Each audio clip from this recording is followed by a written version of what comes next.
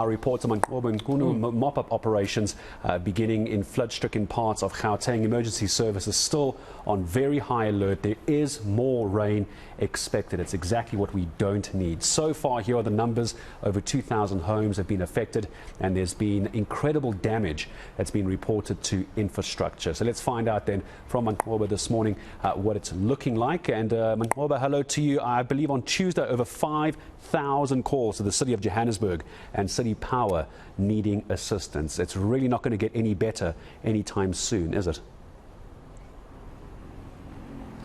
Well, certainly not, Gareth, and I can tell you that there are a lot of frustrations on the ground from many residents who are in the dark at this particular time, and this is due to some of the infrastructure damage that has occurred, Gareth, as a result of this particular flood. We know that there were suburbs that were left without power for days, and City Power has really been scrambling, Gareth, to try and fix some of those issues. We were with City Power yesterday in Woodaport, where they were attending to some of the cables that had been destroyed by this flood. And I can tell you, Gareth, that it's not an easy task for them, because they're saying, Gareth, that they're getting 5,000 calls on average per day, just complaints and electrical faults that have been caused by the damage that happened as a result of this particular flood. But what is even exacerbating the situation is load shedding. And you recall, Gareth, that the city has now asked eSCA to exempt it from load shedding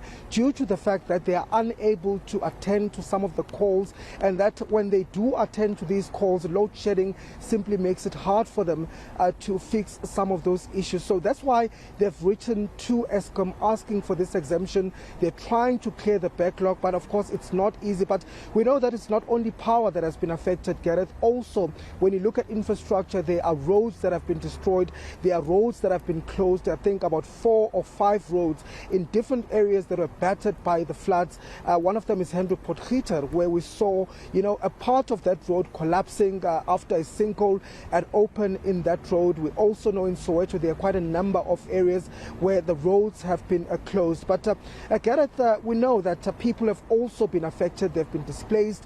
Over 600 people displaced by this particular flood. And of course, people will be worried, Gareth, given the fact that we are seeing again the weather. It's not looking good, and it looks like it's going to continue. There has been a warning, from emergency services that these rains are going to be persistent. The weather services, though, today has not issued any warning of flooding or any warning of severe downpours. But of course, they will remain on high alert, Gareth, to ensure that people in low-lying areas especially, are looked after, and that in the need or in the event of any, incidents, they are there to attend to that. I suppose there's at least one ray of sunshine that we can look at as far as the roads itself, not people's houses necessarily, Manqoba, but the roads, is that now we're going into the festive season. The roads should be quieter this time of year. Do we have a sense of any timelines when repairs are going to start getting underway?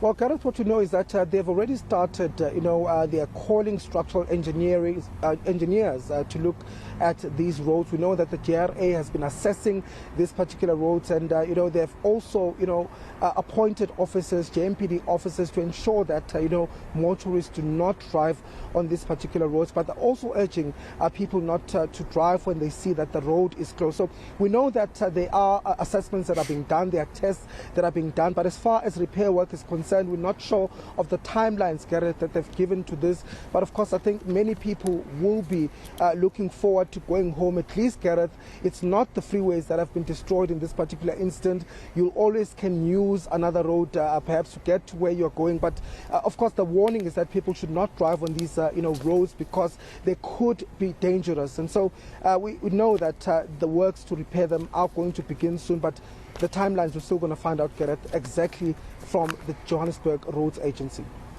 Manqoba Mchunu, for the moment then, no weather warnings for today, which is good news to try and get the experts out to some of these badly damaged roads and areas that are flooded as well. But even though there is no rain at the moment, there are still major roads that are badly damaged. Manqoba mentioning one of them, it's Hendrik Potgieter. It is a sinkhole. It's only on one side of the road.